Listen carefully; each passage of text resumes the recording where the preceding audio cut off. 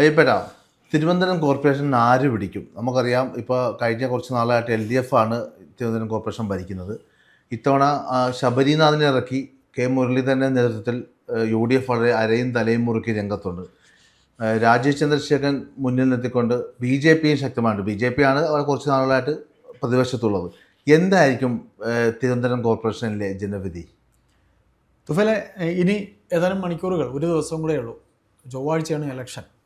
തിരുവനന്തപുരം നിവാസി എന്ന രീതിയിൽ ഇവിടെയാണ് ജോലി ചെയ്യുന്നെങ്കിലും ഞാൻ എൻ്റെ സുഹൃത്തുക്കളുമായിട്ടൊക്കെ സംസാരിച്ചാൽ എനിക്ക് കിട്ടുന്ന വിവരം അനുസരിച്ച് LDFന് ഒരു കഴിഞ്ഞ തവണ കിട്ടിയതുപോലെ 52 സീറ്റോ ഒരു ഭരണം കിട്ടാനുള്ള സാധ്യതയോ LDFന് ഉണ്ടാകില്ല എന്നാണ് പറയുന്നത്. മറിച്ച് എന്താകുമെന്ന് ചോദിച്ചാൽ ഒരു തൂക്ക് കോർപ്പറേഷൻ ആയിരിക്കും മിക്കവാറും ഉണ്ടാവുക. അതിൽ കോൺഗ്രസ് ആയിരിക്കും ആര് കോർപ്പറേഷൻ ഭരിക്കണം എന്ന് തീരുമാനിക്കുന്നത് എന്ന രീതിയിലേക്ക് പോകുമെന്നാണ് പറയുന്നത്. ഇപ്പോൾ ശബരിനാഥൻ ഇറങ്ങി എന്ന് പറഞ്ഞതുകൊണ്ടും കെ മുരളീധരൻ വന്നു എന്ന് പറഞ്ഞതുകൊണ്ടും തിരുവനന്തപുരം കോർപ്പറേഷനിൽ കോൺഗ്രസ്സിന് ഒരു ഭൂരിപക്ഷം ഉണ്ടാകണമെന്നില്ല. കാരണം കഴിഞ്ഞ എത്രയെങ്കിലും വർഷമായിട്ട് 2010 ഒക്കെ ഇപ്പുറം, അതായത് കോൺഗ്രസ്സിന് ഏറ്റവും കൂടുതൽ സീറ്റ് കിട്ടിയ ഒരു സമയം 2010 അടുപ്പിച്ചാണ്. അതിനുശേഷം ഇങ്ങോട്ട് 15, 20, ഇപ്പോൾ 25, ഇങ്ങനെ ഈ പറയുന്ന ഇത്രയും കാലത്തിനിടയിൽ കോൺഗ്രസ്സിന് വലുതായിട്ട് സീറ്റ് ഉണ്ടായിട്ടില്ല. ഇപ്പോൾ തിരുവനന്തപുരത്ത് ഒരു ത്രികോണ മത്സരമാണ് എല്ലായിടത്തും നടക്കുന്നത്. അങ്ങനെ പറയുമ്പോൾ നമുക്ക് CPMൻ്റെ കാര്യം ആദ്യം ഒന്ന് പറയാം. CPMൻ്റെ 3 ഏരിയ സെക്രട്ടറിമാരാണ് തിരുവനന്തപുരത്ത് മത്സരിക്കുന്നത്. അതിൽ ഒരാൾ മുൻ ഏരിയ സെക്രട്ടറി ഉണ്ട്, ഇപ്പോഴത്തെ ഏരിയ സെക്രട്ടറി ഉണ്ട്. അങ്ങനെ ഏരിയ സെക്രട്ടറി ഉൾപ്പെടെ ഏരിയ കമ്മിറ്റിയിലെ അംഗങ്ങൾ തന്നെയുണ്ട്. ഒന്ന് വഞ്ചൂർ ബാബു, 2 ശിവജി, പിന്നെ ശ്രീകുമാർ, SP ദീപക്, ഇങ്ങനെ 4 പേര് തിരുവനന്തപുരം ജില്ലയിലെ ഏരിയ കമ്മിറ്റി അംഗങ്ങളാണ്. ഇവർ പലരും പല ഏരിയ കമ്മിറ്റിയിലെ അംഗങ്ങളാണ്. ഇതിൽ വഞ്ചൂർ അത്യാവശ്യം നല്ല മത്സരം നടക്കുന്നുണ്ട്. കാര്യം അദ്ദേഹത്തിനെതിരെ നിരവധി പ്രത്യക്ഷത്തിലും പരോക്ഷവുമായി ഒരുപാട് വിരോധമുണ്ടാക്കുന്ന വിഷയങ്ങൾ ഉണ്ടായിട്ടുണ്ട്. ഇപ്പോൾ ഈ അടുത്തിടയ്ക്ക് കണ്ണമ്മൂലയിലെ സ്വതന്ത്ര സ്ഥാനാർത്ഥി, പഴയ CPMകാരനായ പ്രസ് ക്ലബിൻ്റെ സെക്രട്ടറിയോ പ്രസിഡൻറ്റോ ഒക്കെ ആയിരുന്ന രാധാകൃഷ്ണനെ ഈ പത്രിക സമർപ്പണത്തിന് പോയ സ്ഥലത്ത് വെച്ച് ഒരു പത്രപ്രവർത്തകൻ കൂടിയായ പ്രവീൺ എന്ന് പറയുന്ന ഒരു പത്രപ്രവർത്തകൻ, PR പ്രവീൺ ഉൾപ്പെടെയുള്ള ഇവർ 2 പേരെയും തല്ലുകയുണ്ടായി. അതിൽ ഈ പറയുന്ന വഞ്ചൂർ ബാബു എന്ന സ്ഥാനാർത്ഥി, അദ്ദേഹം ഒരു തവണ കൗൺസിലറായിരുന്നത് തുച്ഛം 2 വോട്ടിനോ 1 വോട്ടിനോ ഒക്കെ കൗൺസിലറായതാണ്. വഞ്ചൂർ പോലെ ഒരു സ്ഥലത്ത് NSS എന്ന് പറയുന്ന സമുദായത്തിൻ്റെ വോട്ട് വളരെയധികം ഉള്ള സ്ഥലത്ത് ഇദ്ദേഹം NSSകാരനാണ്. ഇദ്ദേഹം പഴയ CIT-കാരനാണ്. ഇദ്ദേഹത്തിൻ്റെ മകളാണ് കഴിഞ്ഞ തവണ മത്സരിച്ചത്. അപ്പോൾ ഇപ്പോൾ ഒരു അലിഗേഷൻ ഉണ്ടായിട്ടുള്ളത് അച്ഛൻ സ്ഥാനാർത്ഥി ആയില്ലെങ്കിൽ മകളാകും, മകളായില്ലെങ്കിൽ അച്ഛനാകും. ഇപ്പോൾ അദ്ദേഹം ലോക്കൽ കമ്മിറ്റിയിൽ നിന്ന് ഏരിയ കമ്മിറ്റി സെക്രട്ടറി ആയിരിക്കുന്ന സമയമാണ്. അപ്പോൾ വഞ്ചൂർ ബാബുവിൻ്റെ ഇങ്ങനെയുള്ള വിഷയം, ആ രാധാകൃഷ്ണനെ അടിച്ച വിഷയമൊക്കെ അവിടെ ഒരു ചർച്ചാ വിഷയമാവാൻ സാധ്യതയുണ്ട്. അതുമാത്രമല്ല, നല്ലൊരു മത്സരം, ത്രികോണ മത്സരം ഉറപ്പായിട്ട് അവിടെ ഉണ്ടാകും. രണ്ടാമത് നമുക്ക് മറ്റൊന്ന് പറയാനുള്ളത് ശിവജി, പുന്നയ്ക്ക മുകളിൽ ശിവജി എന്ന് പറയുന്ന CPM നേതാവ്. അദ്ദേഹം ഞാനീ പറഞ്ഞ ശ്രീകുമാർ, SP ദീപക്, ശിവജി, വഞ്ചൂർ ബാബു, ഇവർ 4 പേരിൽ ആരെങ്കിലും ഒരാൾ മേയറാകുമെന്ന കാര്യം ഉറപ്പാണ്. SP ദീപകിൻ്റെ പേരാണ് ഏറ്റവും കൂടുതൽ മേയറാകാൻ പറയപ്പെടുന്ന പേര്. പിന്നെ ശിവജി എന്ന് പറയുന്ന ആൾ, അദ്ദേഹം അത്യാവശ്യം നന്നായിട്ട് ജനങ്ങളുടെ ഇടയിൽ അവിടെ അറിയപ്പെടുന്ന ഒരു നേതാവാണ്. അപ്പോൾ ശിവജിക്ക് അവിടെ സാധ്യത ഉണ്ടെന്ന് വെച്ചാൽ ശിവജിക്ക് സാധ്യത ഉണ്ടെന്നാണ് പറയുന്നത്. ഞാൻ വഞ്ചൂർ ബാബുവിൻ്റെ ഇത് പറഞ്ഞതുപോലെ അത്ര പ്രശ്നം ശിവജിക്കില്ല. ശ്രീകുമാർ ചാക്കയിൽ സുഖമായിട്ട് ജയിക്കും. ശ്രീകുമാർ പഴയ മേയറാണ്. ഈ ശ്രീകുമാർ മണ്ഡലം മാറി കരിക്കകത്ത് നിന്ന് കഴിഞ്ഞ പ്രാവശ്യം തോറ്റുപോയി. അപ്പോൾ ഇത്തവണ ശ്രീകുമാർ ജയിക്കും. SP ദീപക് പേട്ടയിൽ വളരെ നല്ല മത്സരം നടക്കുന്നുണ്ട്. പേട്ടയിൽ അനിൽകുമാർ എന്ന് പറയുന്ന സിറ്റിംഗ് കൗൺസിലർ കോൺഗ്രസ്സുകാരനാണ്. CPMൻ്റെ ഒരു കോട്ടയാണ്, RSPയുടെ ഒരു സ്ഥലമാണ്. RSP ഇടതുപക്ഷ ചായ്വ്, RSP ഇപ്പോൾ കോൺഗ്രസിനൊപ്പമാണ് എങ്കിലും കുറേ ഇടതുപക്ഷ ആൾക്കാരുള്ള സ്ഥലമാണ് എന്നുള്ളത് കൊണ്ടും, പിന്നെ അശോക് കുമാർ എന്ന് പറയുന്ന BJP സ്ഥാനാർത്ഥി, പാൽക്കുളങ്കരയിൽ നിന്ന് ജയിച്ച ആളാണ്. അശോക് കുമാർ സാർ എന്നാണ് വിളിക്കുന്നത് അദ്ദേഹത്തിനെ. അദ്ദേഹം ഒരു ട്യൂട്ടറൽ അധ്യാപകനാണ്. അദ്ദേഹം പഠിപ്പിച്ചിട്ടുള്ള പിള്ളേരാണ് എല്ലാ വീടുകളിലും ഉള്ളത്. അപ്പോൾ അതുകൊണ്ട് തന്നെ ദീപക്കിനൊരു ഈസി വാക്ക് ഓവർ ഉണ്ടാവില്ല.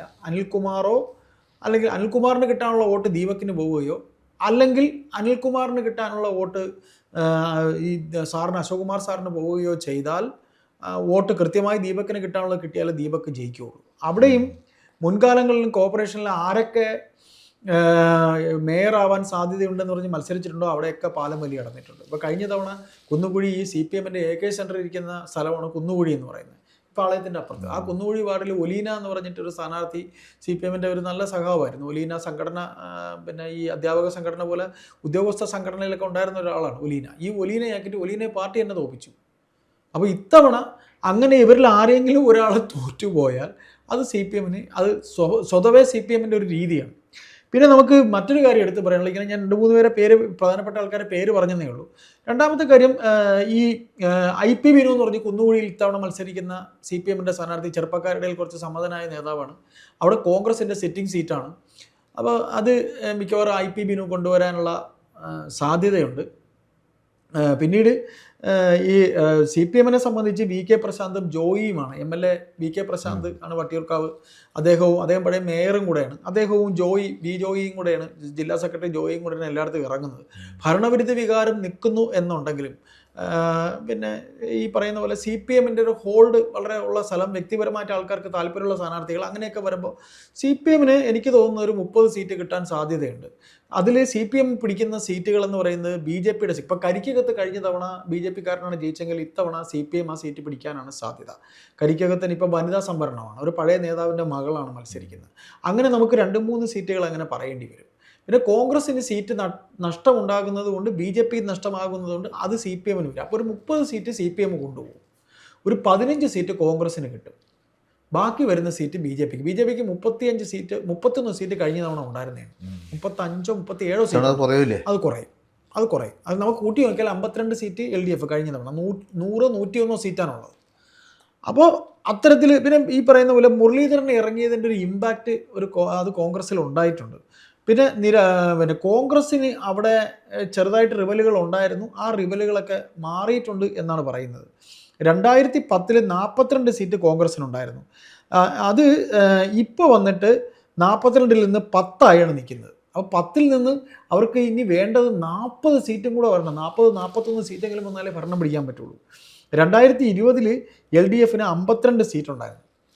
ശരിക്കും ഈ കഴിഞ്ഞ വർഷം 2020-ൽ, ഇപ്പോൾ 25-ആണ്, 20-ൽ BJP-യുടെ സ്ഥാനാർത്ഥിയും CPM സ്ഥാനാർത്ഥിയും തമ്മിലാണ് മത്സരം നടന്നുകൊണ്ടിരുന്നത്. എല്ലായിടത്തും അങ്ങനെയാണ്. കോൺഗ്രസ് വെളിച്ചത്തേ ഇല്ല, ഒരു നിഷ്പ്രഭമാണ് കോൺഗ്രസിൻ്റെ സ്ഥാനാർത്ഥി. അപ്പോൾ അങ്ങനെ ആയതുകൊണ്ട് തന്നെ ഇത്തവണ നല്ലൊരു മത്സരം 3 പാർട്ടികളും നടത്തും.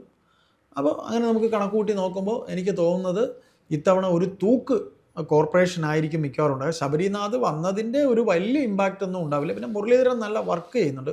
ഒരു വേള മുരളീധരൻ നല്ല രീതിയിൽ പണിയെടുത്ത് മുരളീധരൻ്റെ ഇതിൻ്റെ ഫലമായിട്ട് സീറ്റ് കൂടിയാൽ തന്നെയും, സീറ്റ് 20 സീറ്റ് കിട്ടിയാൽ തന്നെയും അത് കോൺഗ്രസിനൊരു നേട്ടമാണ്, മുരളീധരന് ഒരു നേട്ടമാണ്. അതുകൊണ്ട് ഭരണം ആര് നിശ്ചയിക്കും, ആരാണ് ഭരണത്തിൽ വരേണ്ടത് നിശ്ചയിക്കുന്നത് കോൺഗ്രസ് ആയിരിക്കും. അത് BJP ആണോ ഭരിക്കുന്നത് അതോ CPM ആണോ ഭരിക്കുന്നത് എന്നത് കോൺഗ്രസ് ആണ് തിരുവനന്തപുരത്ത് തീരുമാനിക്കുന്നത്.